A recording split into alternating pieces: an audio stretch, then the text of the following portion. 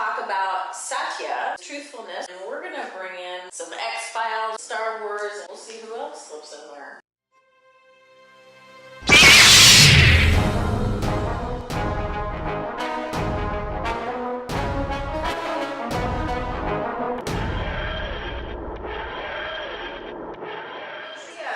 Truthfulness, that's pretty broad. That could be a little bit vague. I mean, I think in terms of yoga, it would be telling the truth to others, but also being truthful with yourself. When I think of that, I think about, in terms of yoga, knowing your limitations, being honest with yourself about what those are. And then maybe on the flip side of that, we were talking a little bit in the episode about ahimsa. Sometimes we struggle with maybe low self-worth or negative self-talk.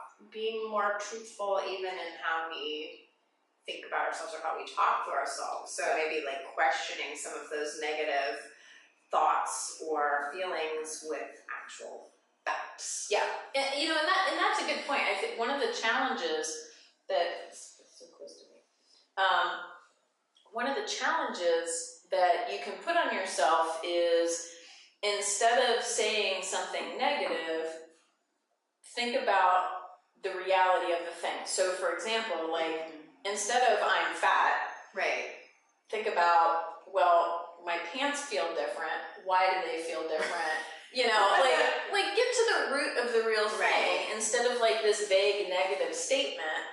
I mean, so diverging on the pants thing, like I have pants that I wear regularly, and then I have pants that I don't because they're my real pants. With zippers and buttons. Zippers and things. And what'll happen is I'm so used to like stretchy material that when I'm wearing my corduroy and it fits snugly, I'm like, oh my god, I'm fat. No, I'm not. I've just been wearing I do that all the time because I wear pants that are stretchy in some capacity, which, to back up a little bit, I was one of those people that when leggings became a trend, I was very against it. I was like, leggings are not pants. Yeah. They're not pants. They are not, and no one should wear leggings. And then I started wearing them and I was like, oh god, now I don't care what anyone thinks because I only want to be comfortable forever. Yeah. Yep.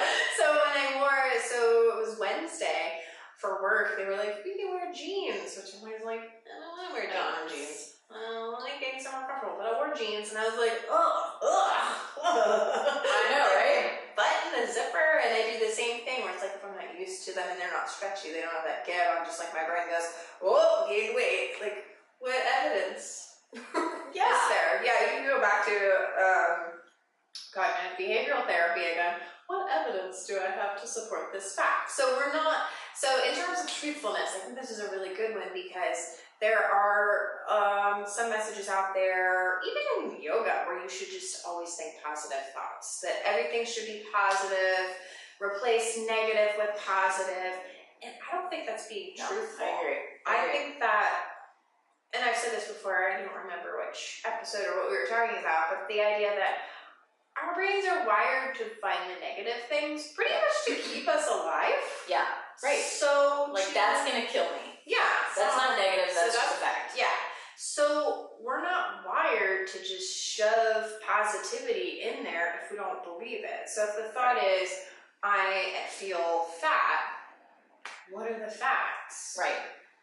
I mean, maybe you weigh yourself and you see that you weigh exactly the same, or maybe you take it even further and you're like, I have a healthy body mass index.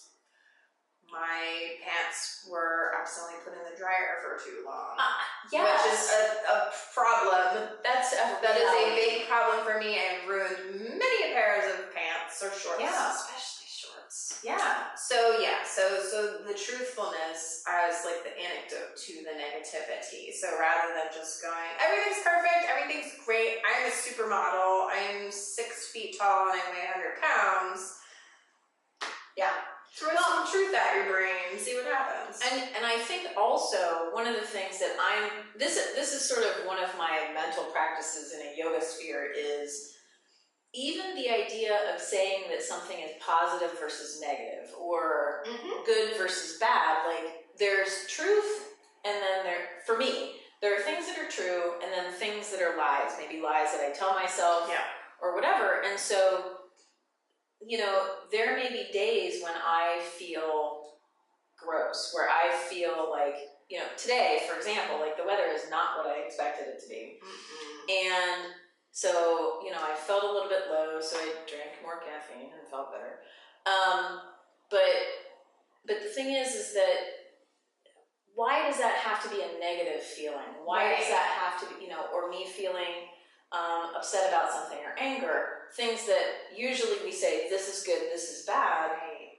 But what's funny though is, like, on a flip side, if you have like emotional imbalance, if you've got a chemical imbalance, let's say you're bipolar, for example, then when you're talking in that realm, having too much positive is actually seen as a negative. It's called mania. Yeah. You know, so you have to go to the hospital sometimes. Right. And so I think that, you know, labeling things as good and bad, negative and positive, if you practice, the truth of it is that it's a thought.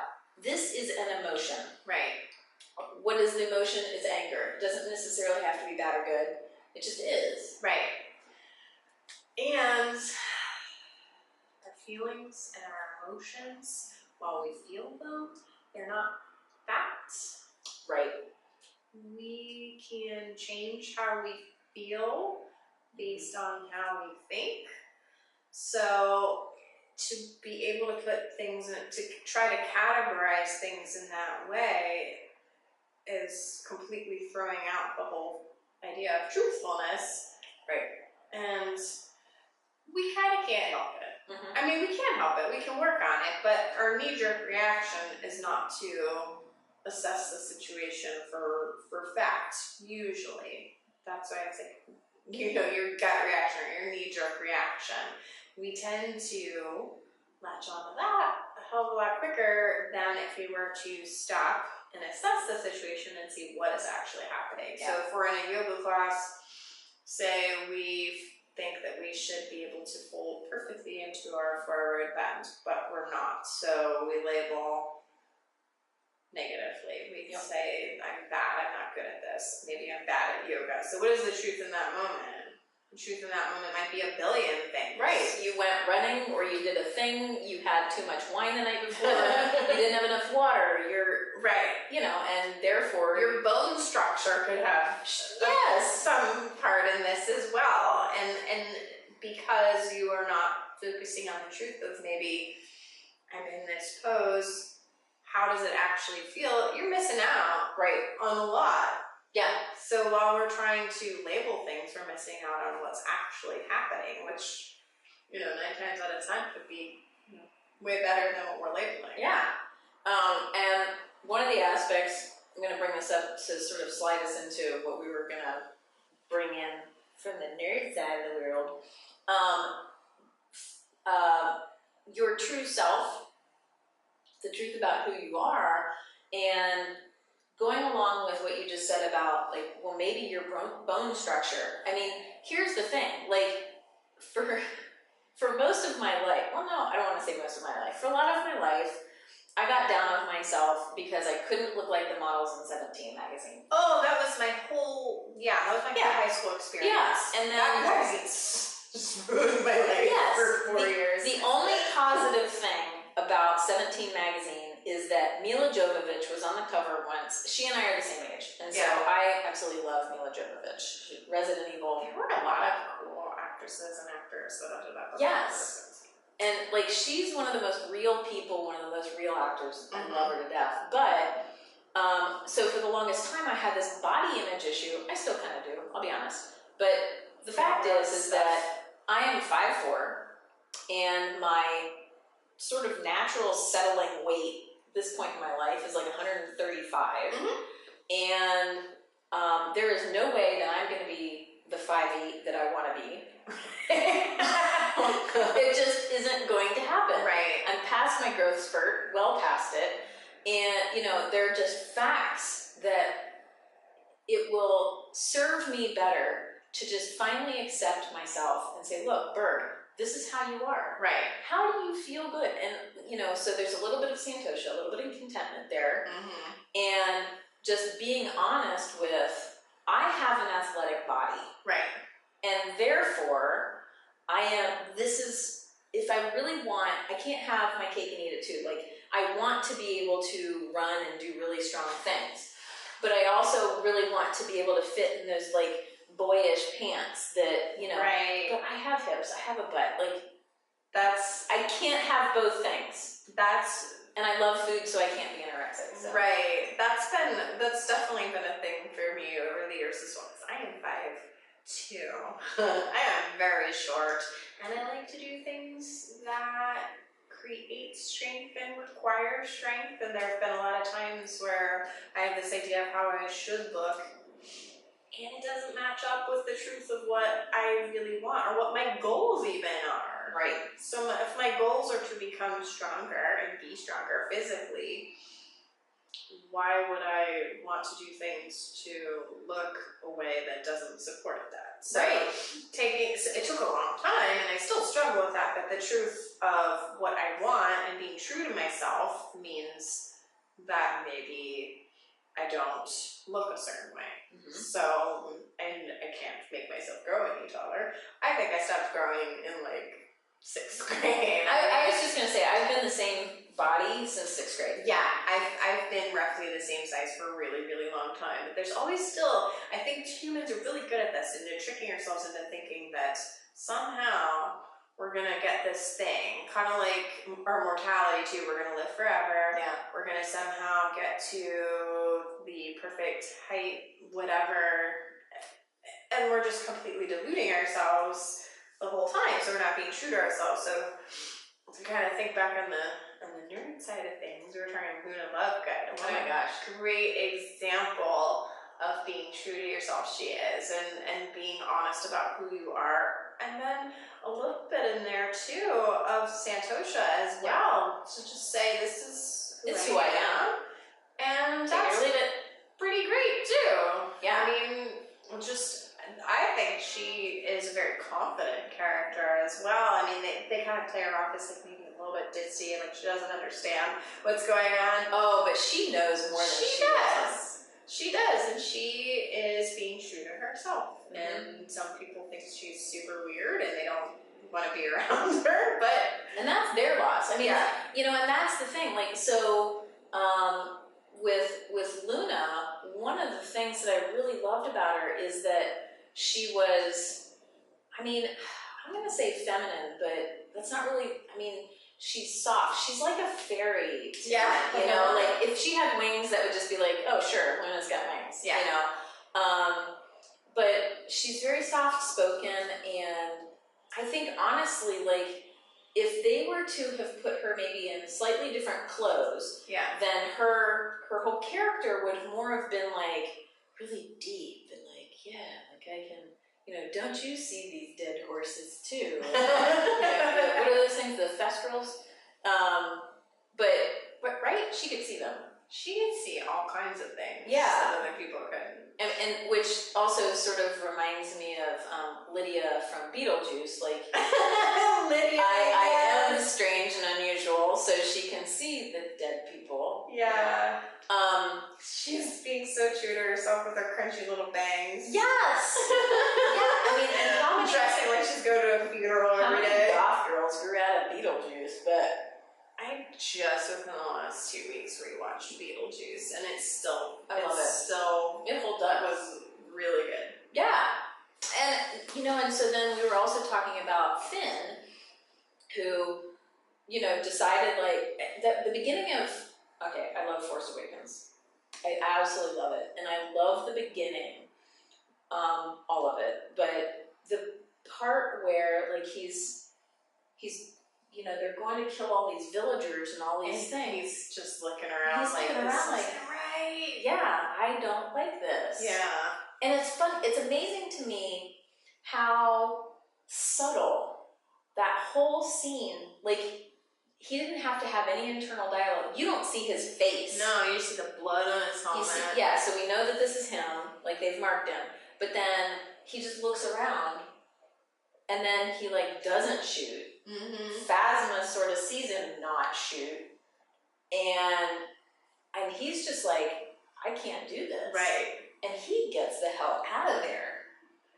And he becomes his whole own person, and he's a black stormtrooper. Right. Not that he had any choice in that. Right. Good job, JJ, for making a black stormtrooper. He was what? He was a sanitation worker. So Yeah. he basically took the trash out, I guess. Yeah. I mean, yeah, but what courage it takes to recognize, especially something like stormtroopers, but I think that that's like such a good example of society and what like society expects you to be like this. Right. As women, as men, as yogis, whatever, like going against what we're supposed to be. Right.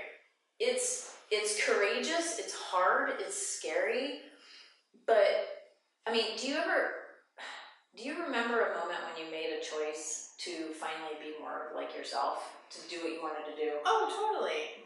I absolutely do. I think deciding to go back to school, go to grad school in my 30s and do something that had nothing to do with what I got my undergraduate degree in was a huge leap. And now I'm like 4 weeks from being done and I got my license to be a social worker. Like that's not something that was not the path that I was on because I didn't think I was capable of it. But I was able to kind of like take a leap at a certain point because I thought, you know what, like if I don't do it now, I'll never do it. And as a result, like everything in my life has changed and I've just moved in this direction that I could not have possibly moved in before because it felt more true to myself than having doubts. And I think it's interesting when you make a decision to do something that falls in line with, I mean, pick a thing, like you're following something that's actually a passion, something that you enjoy, something where doing it, there's this like thing in yourself where you feel like you're settling into like the tracks finally. You know, like when you're driving in the snow and you find the tracks and your car just settles in. Like the funny thing is that like it doesn't necessarily make it easier. Like no, not you're at still all. going to grad school. And like, it's been really hard, yeah. I But- felt that way about teaching yoga too. Like, Yes. Like at first I was scared because it was new and you're up in front of people. You're an introvert. And you're an introvert Yeah. and they're all looking to you to find out what happens next and they're listening to the words that you're saying. Yeah. But as that went away, I was like, oh, this feels like I'm being true to myself. And that was another instance where that wasn't like necessarily the path I was on, and it took a lot of kind of like hemming and hawing to get to the point where I was doing it, because I was like, oh, I could never do something like that because I'm an introvert and I kind of don't like to be around big groups of people, but I really wanna do it. And that went on for a really long time until I finally was like, you know what, I'm gonna give it a shot. Yeah. And I haven't at any point regretted it or looked No. back, and I can't imagine not doing that. I think that is one of the key things is when you make the decision, and like the big decisions that I've made like in the past handful of years of my life, I have no regrets. Like I don't have any buyer's remorse for the decisions that I've made. Like they were hard decisions because I was doing something that was maybe a little uncomfortable. I wasn't used to it. You know, like when I quit my job and decided to become self-employed and, you know, doing all these other things, like it was just different from what I had been doing for a long time, you know? And it took a while for me to figure out even how to be. I think that's one of the hardest parts. I think sometimes it's easier to not be truthful with yourself, especially if you're trying to fit into a certain box of some kind. I think that it takes a lot of times more effort and more courage to do the things that are true to yourself. Yeah. Even if we go back to our example of Finn, he didn't even have a name. They gave him a name. He was, you know, basically raised to be a certain way. It's just a number. Just a number, and he was able to make a decision for himself, and at no point was it an easy decision. No. But as a result, he got to find out more of who he was and be more of the person that he wanted to be. Yeah, and and it's interesting, like, because we were talking a little bit about when he made that decision, new things started to happen to him. Like, he met Ray. Yeah. He had never really interacted with a girl like that before. Right. With a girl at all before.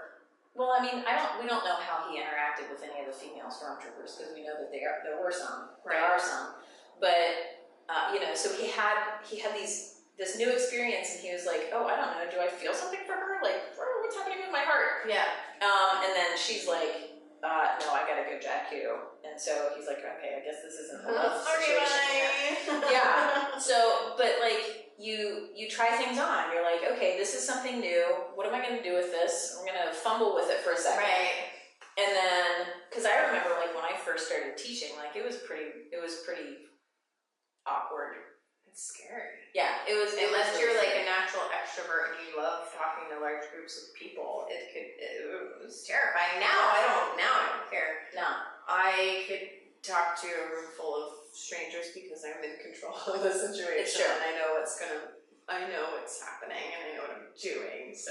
And I think I've also become more comfortable with being myself. Like, totally, yeah. I've completely embraced my weirdness. Yeah, and you my have nerd to. stuff. And I think that's, people can tell. Like, if you're in a position where you're a teacher or helper or some kind of counselor or whatever, people can tell if you're not being yourself. Yeah. Like, if you try to put on the yoga voice, and you try to say things that are really deep and profound, and they're not coming from you.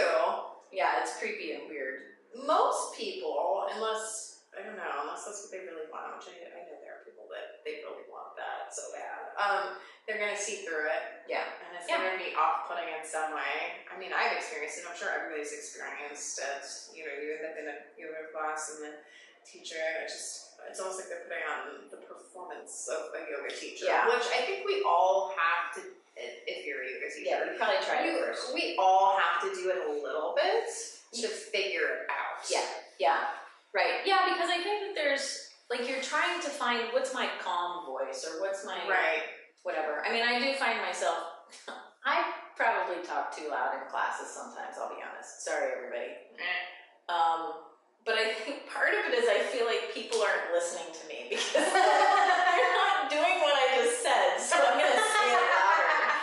I don't know. They're just staring blankly when that happens. I don't know. Sometimes I'm like, but I think also, like, maybe they've just gone so deep into the pose that they just can't hear it. Maybe they've become enlightened. Yeah. They can't hear me. Everybody's experiencing Santosha, and you're like, hey, we're on to the next pose. Hi, look at me. I know. Right? And it's probably my ego. I just need to. Yeah. But one of the other characters that we wanted to talk about was Scully. Okay, so Dana Scully from the X-Files. She is a medical doctor, and she will remind us at least once every episode. She's a scientist. Yes. She's a skeptic. She doesn't believe in all this. I think she calls it mumbo jumbo a few times. Yes. Like, they actually use the word mumbo jumbo with a straight face. Yeah. And she was sent to debunk the X-Files, and she was not having any part of it. But she kept who she was throughout that entire series. Her Catholicism, too. Her Catholicism. Yeah. She's seeing all of these unexplainable things, but she throughout remains strong in her faith. And I think that is such an interesting take, especially in sci-fi, to bring religion into something. Like, I could go on and I could probably just, like, give specific episodes here and there, but then this would be like a 6-hour podcast. Yeah. But I think that is an excellent example. So Mulder tries to kind of go off on whatever path of the week he wants to believe in, and she stays true to herself, I think, pretty much throughout. And even as she starts to believe more, she still stays strong in who she is, just as a person. And she is skeptical and maybe a little bit unwavering at times, and could be a little bit more, I don't know.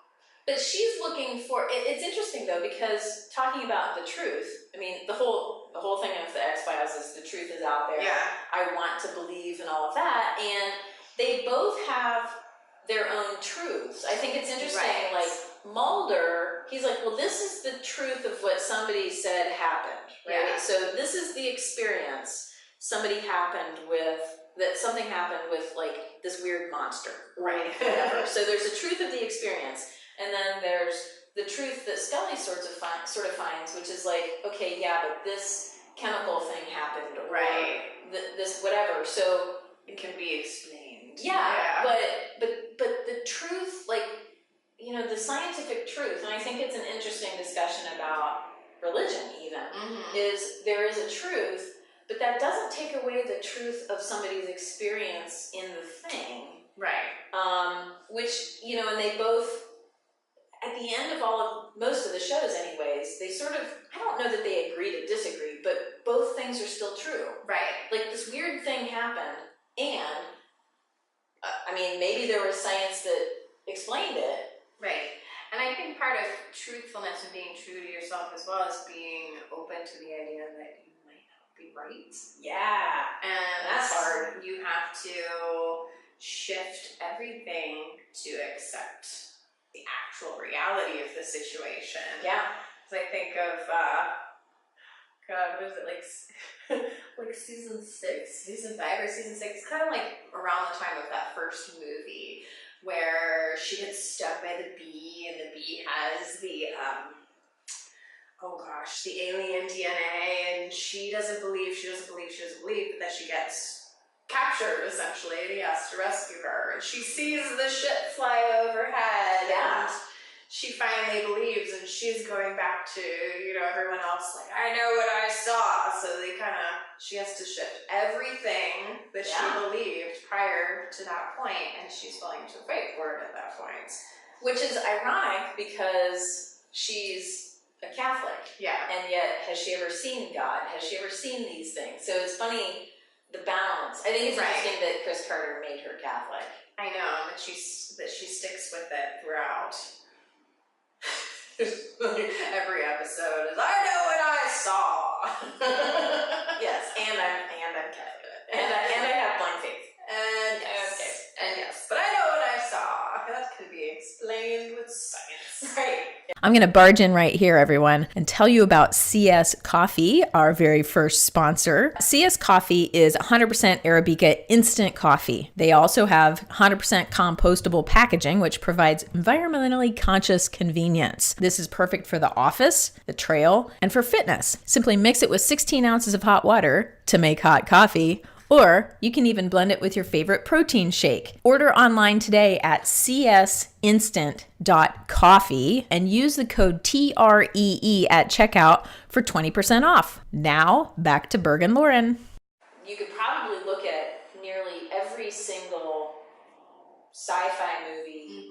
You could look at a lot of fantasy movies too, but there's somebody that needs to accept the truth. Like, I'm thinking about Lord of the Rings and we always joke and call him Sean Bean, but Sean Bean's character, where he is really hard and he's against the hobbits, he's against Frodo and all that, but then he actually does change and he admits that he was wrong, and then he sacrifices himself to save the hobbits.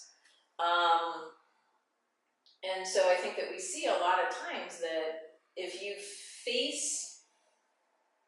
you admit the truth about yourself, it's going to be hard. Yeah. But then usually good things happen from that. Or Harry Potter, Snape is a really good example of that. Yeah. Oh yeah. And he had to play a bad guy. Right. I mean, we thought that he was a bad guy. Yeah, for years. Yeah, for nearly the whole time. When in fact, he was on the good side the whole time. Maybe we could ask the other yoga rebels of a character, thinking of a character that you think was true to themselves, or a character that was not and was able to figure it out and come around and become true to themselves. So somebody that stands out to you that you've kind of maybe learned something from, or you saw them go through some kind of transformation to become true to themselves. I'm trying to think of another example. I feel like we named a lot of really good ones. Or even like, I mean, so being a nerd for a lot of this stuff, and we've talked about how like Star Trek is a reflection of things that are going on, and they bring a lot of politics into things. I think that for me, I've learned a lot of self lessons by watching these movies and being connected to these characters. And so, I mean, I don't have an example off the top of my head, but I know many times when I've had my own, I don't know, issues or whatever you want to call them, put into my face by a character in a movie. And I'd be interested to know if anybody else has ever experienced that. Where in watching a movie, you're like, you have this moment of like self-realization. You're like, oh, I did that. Oh, whoops. All right, probably shouldn't. I probably learn a lot from watching 30 Rock. I see a lot of myself in Liz Lemon. Oh, yeah. Pretty much most of myself in Liz Lemon. Yeah, I know. Yeah. Same. It's like... Yeah. I was able to learn a lot from Liz Lemon's mistakes, I think. Yeah. And you know what, and I think on the other side of things, like just watching, accepting my nerdiness. Oh, that was hard for me. Yeah. I didn't even know I was a nerd until like I was in maybe my early 30s. Yeah. And I have been a nerd my entire life, and all the signs were there, but I didn't really think of it in that way. I don't know. I think I thought of myself more as like a weird outcast or something, like maybe more like Lydia Deetz type, or not necessarily goth, but like I myself am strange and unusual. Yeah. Like people would never get me. And then I got older, and I was like, wait, I'm just a huge nerd, and there are a lot of people that are very much like me. Right, yeah, and you know, I came into sort of accepting this later on in life, and so for a long time, well, not for a long time, so for a while I was into steampunk. And so went to steampunk conventions and went to conventions just in general, which I'd never really done before. And like, I was overwhelmed with emotion of actually being in a whole convention building full of people just like me. Being part of something. Yes, and that was exactly it, being part of something. And realizing like, okay, this person's their nerd thing is Sailor Moon or manga. And this person's nerd thing is Doctor Who only. Right. You know, or whatever. And it's like, but you can see these people's passion for stuff. And I'm like, oh my God, this is what I am. Yeah. That's the thing. Yep. And it's an amazing feeling to recognize, like, oh my God, like, you know, we've got this thing in common. Yep. And it's such an amazing feeling. And I think that it's truly admitting, or maybe not even admitting, it's like just finally having the words. Right, I think that's part of it. Yeah. You know, and once I finally settled into it, and there was a while where I was like, oh my God, that guy is such a nerd. And I'm like, but at the same time, like, I can get into a discussion about something. I'm like, well, actually. Like, all right. Yeah, sometimes I hear myself out loud. I'm like, oh. Yeah. Yep, there I am. Yeah, I just did that. I just said that. Because I mean, I do that. I probably do the well, actually stuff about yoga a lot too. Yeah, I definitely do. I have to be really careful with that because I think that much like anything else, you can be a jerk about it without really intending to be. And I think that I am super guilty of that because I get very passionate about certain things that I believe in, and I will blurt things out that maybe were not, you know, maybe I wasn't really thinking about how the other person was going to receive it because I was right. And I think a lot, so this truthfulness got me into trouble. And I think that probably with a lot of things in yoga, there probably isn't it's not black and white. And I think that's what I run into. I think that's a good thing because if yoga was like this is what it is. If we were doing traditional yoga, like we would be doing that thing where you are swallowing linen and then like pulling it out and like all kinds of other crazy things that we're not going to do. So isn't it amazing that we don't have to do things exactly as they're supposed to be? I mean, nothing is really black and white at this point, but yoga is certainly not. So I think that's where the whole truthfulness thing, if you want to do like a Mulder Scully kind of thing, if I'm going into it like this kind of yoga is the right kind of yoga and your kind of yoga isn't based in any science or any facts, and I'm like, well, where do I get off thinking that I'm on the right side? Because I do it a lot. We both do that, but we try to maybe keep ourselves. Well, I mean, like I'm very I'm harsh on hot yoga. Oh God, I'm terrible. I've been straight up rude to people. Yeah, but I think the thing is that I think what I really want is for people to be very cognizant of why are you doing it. Exactly. And that can be true for anything. Like I'm not gonna, like I really want to say that goat yoga is not goat yoga, or that goat yoga is not yoga. But in the end, like perhaps it can be, if you're being mindful or whatever. Like if you find enlightenment in goat poop, fine, whatever. Walk on. But still, like goat. But at the same time, like for example, one of my students, he's got rheumatoid arthritis and he loves hot yoga.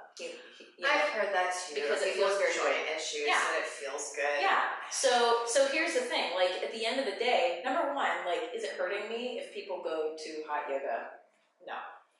I don't want people to get hurt. I don't want people to dislike yoga because they go to hot yoga thinking they should. That's where it comes from for me. Yeah. Because people have said to me that they got injured or something else, like they got sick. I got sick at least 3 times trying hot yoga, like physically, like from electrolyte imbalancing. And is that hot yoga's fault or is that your fault? Right. It's my fault because I didn't leave the room. Well, to be fair, one time I did leave the room and then I got yelled at. So, I think it's just the culture, I think is, not to go off into much of a tangent, I think the culture goes against some of the things that we're talking about now. The idea of pushing yourself past your limit in a space where you're already pushing yourself beyond your limit because our bodies are kind of already at a certain temperature. So there's just, it just, I think, invites in a lot of opportunity for people to not listen to their bodies and not be true to what they actually need. Like we were talking before, and we talk about this all the time. If you are feeling run down, sore, worn out, but you're forcing yourself to go for a run, or you're forcing yourself to go lift, or you're forcing yourself to go to yoga, you're not practicing ahimsa for one. Right. And you're also not being true to you're not being honest with yourself about what your body really needs. And I think that's where I get it. Yeah. Let's say a bee in my bonnet about it. That's a nice way of putting it. I got a bee in my bonnet. Yes. About it. For that reason, it's because I really give a shit. Right. Yeah. Too much. A little too much. Yes, exactly. But I can get a little Scully about it though. I'm a medical doctor. I'm not a medical doctor, but I get that same mentality about it. Like, let me through. I'm about to do an autopsy. Am I qualified? I'm a medical doctor. What do you think? Right. So many unnecessary autopsies. Like, can any medical doctor just like walk in and do an autopsy? Because I'm pretty sure that's not it. Maybe that's a question. I don't know. I want to Google it. Right. And there's a doctor downstairs right now. We could knock on the floor. Hey, you do autopsies? That would be funny. I could text her now. She'd be like, "Why? What do you got?" Well, what kind of yoga are you doing up there that you need an autopsy? Shavasana. That's good. Well played. Okay. Well, I think you should have probably liked this episode, but if you did, please click like or subscribe. And we'll see you next time. May the force be with you.